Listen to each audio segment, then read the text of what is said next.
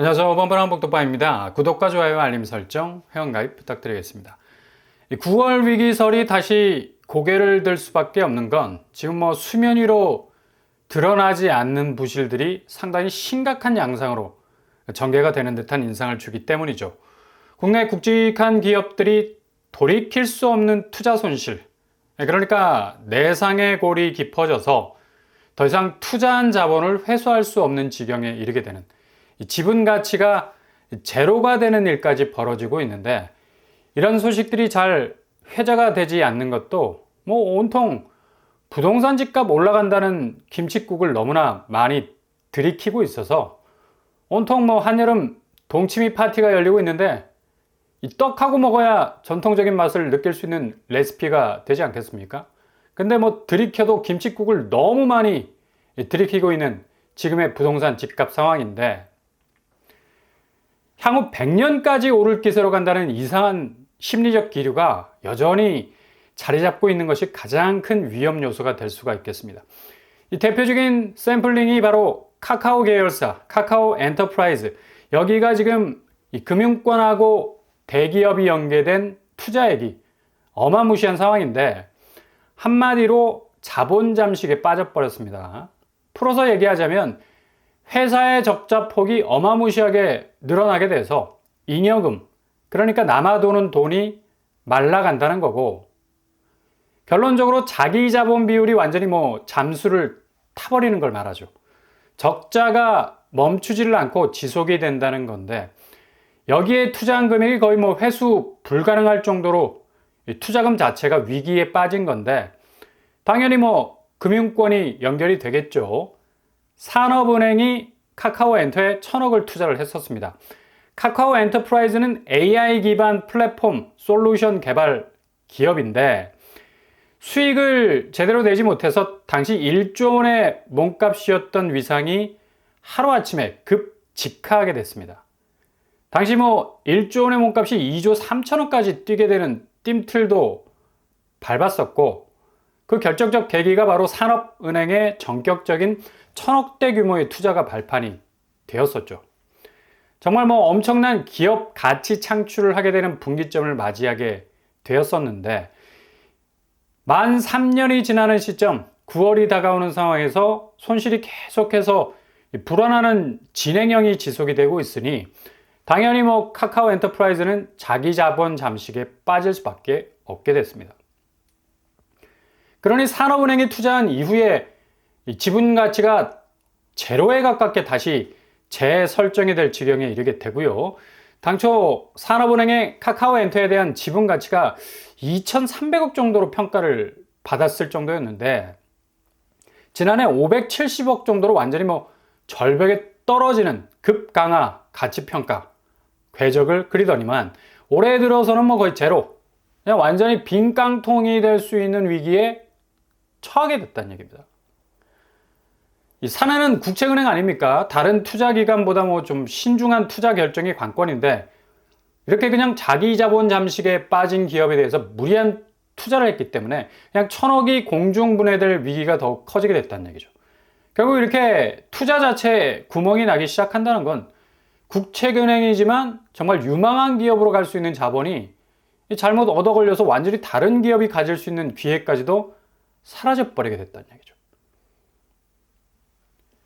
이게 지금 HY그룹, 그러니까 한국 야쿠르트가 간판을 바꿔 달았죠. 여기도 카카오 엔터프라이즈에 과감한 투자를 했었습니다. 2021년 MOU도 체결을 하면서 야쿠르트 아줌마들 동선을 활용하는 새로운 유통구조 혁신을 위해서 카카오 엔터와 손을 잡았었는데, 여기도 순손실이 눈덩이처럼 불어났고 거의 100억이 넘는 금액을 쏟아 부은 것으로 알려져 있는데, 지금 지분 보유 가치가 산원이 카카오 엔터에 대해서 거의 제로에 가깝게 산정이 될 위기에 처한 것처럼 HY, 한국 야쿠르트 역시도 지분 가치가 제로에 가깝게 산정이 될 가능성이 높다는 얘기예요.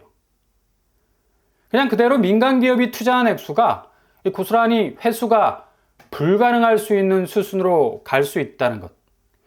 한국 야쿠르트는 카카오 엔터의 AI 기술을 기반으로 해서 이커머스 쪽으로 좀 뚫어보려는 시도를 했는데, 결국 가시적인 성과가 전혀 나오지 못했죠. 지금 거의 쿠팡이 다 먹고 있고, 중국 기업 알리테무가 저가 공세로 티몬까지 뭐 완전히 박살이 나고 있는 상황에서 완전히 그냥 손실 그 자체, 순손실.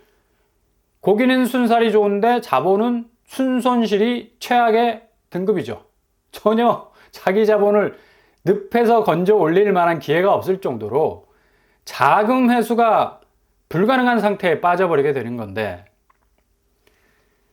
이렇게 카카오 프렌즈라는 대기업 계열사, 게다가 여기에 협업하려 했던 야쿠르트 민간기업, 동시에 국책은행, 산업은행까지 과감한 투자를 했지만 결국 엄청난 손실로 돌아오고 있는 지금 국내 경제 상황은 이미 이렇게 빨간불이 켜진 지 오래전입니다.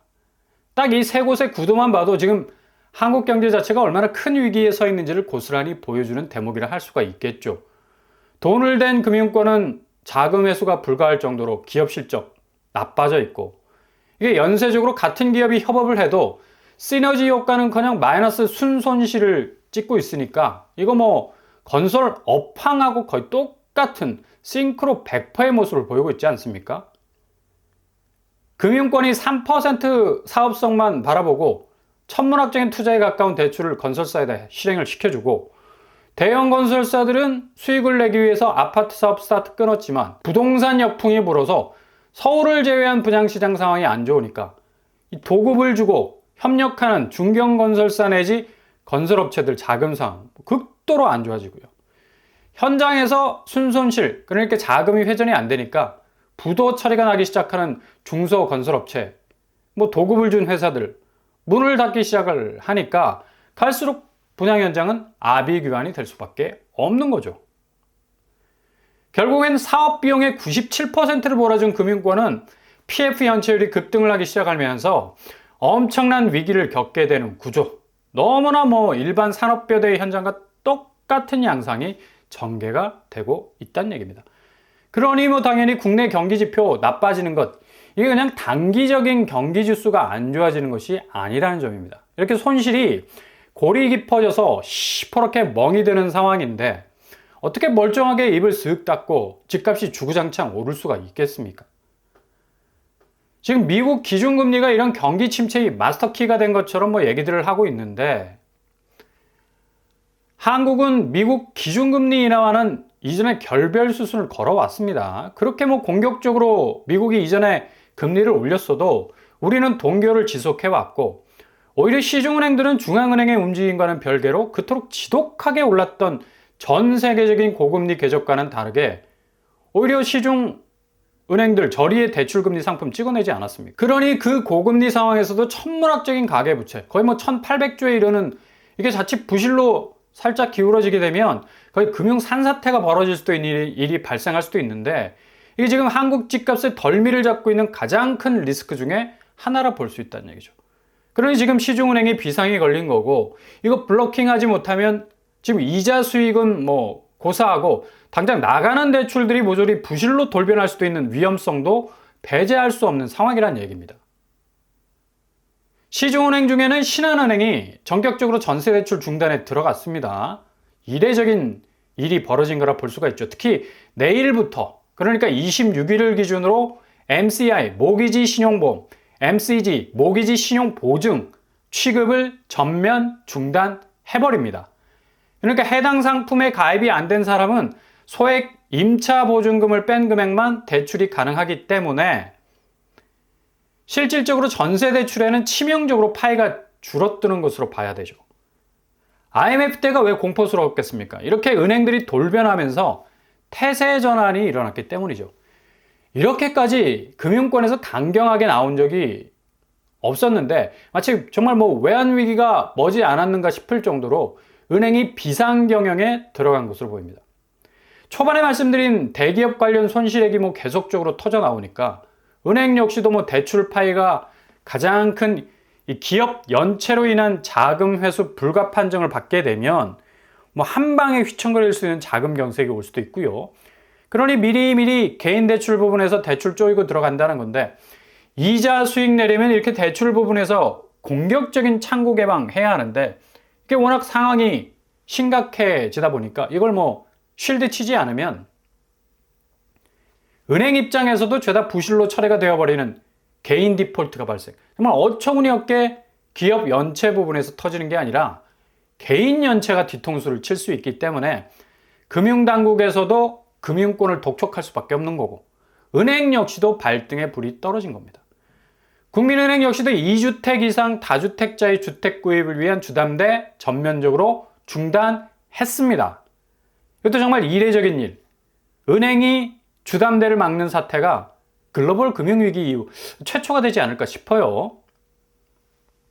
이렇게 대출이 폭주하게 된 것, 결국 집값이 전혀 오를 수 없는 국내 굴지의 대기업이 휘청거리고 있는 상황이고, 이를 뒷받침했던 국책은행까지 천문학적인 손실 상태가 벌어지는 내수 경기에 극악적인 상황이 벌어지는데도 집값만 딸랑 오른다는 건 이거 아파트 집값 야로가 너무 많다라는 얘기죠.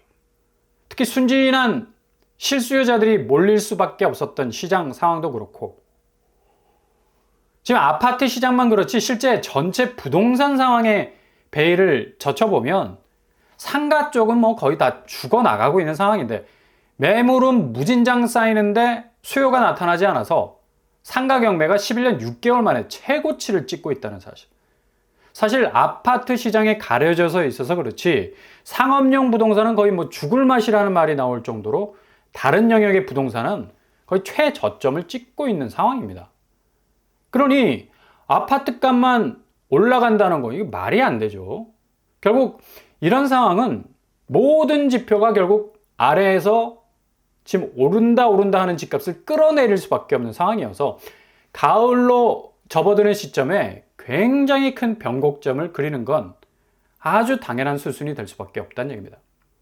금리 인하, 미국 금리 인하 전혀 상관없는 오히려 인하가 시발점이 돼서 폭주하는 물가 혹은 경기 침체 국면은 모든 시장의 장밋빛 기대를 공포로 바꿀 만한 터닝 포인트가 될 수도 있다는 사실이에요.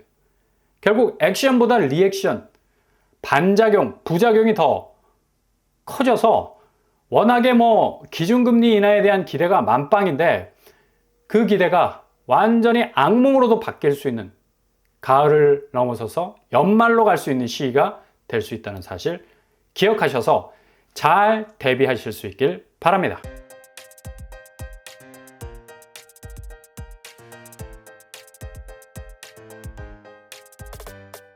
오늘의 부동산 캐릭터처 대기업 위기설이 정말 현실화되고 있는 모습을 고스란히 보여주는 자본 가치가 제로가 되는 상황이 연출이 될 정도죠.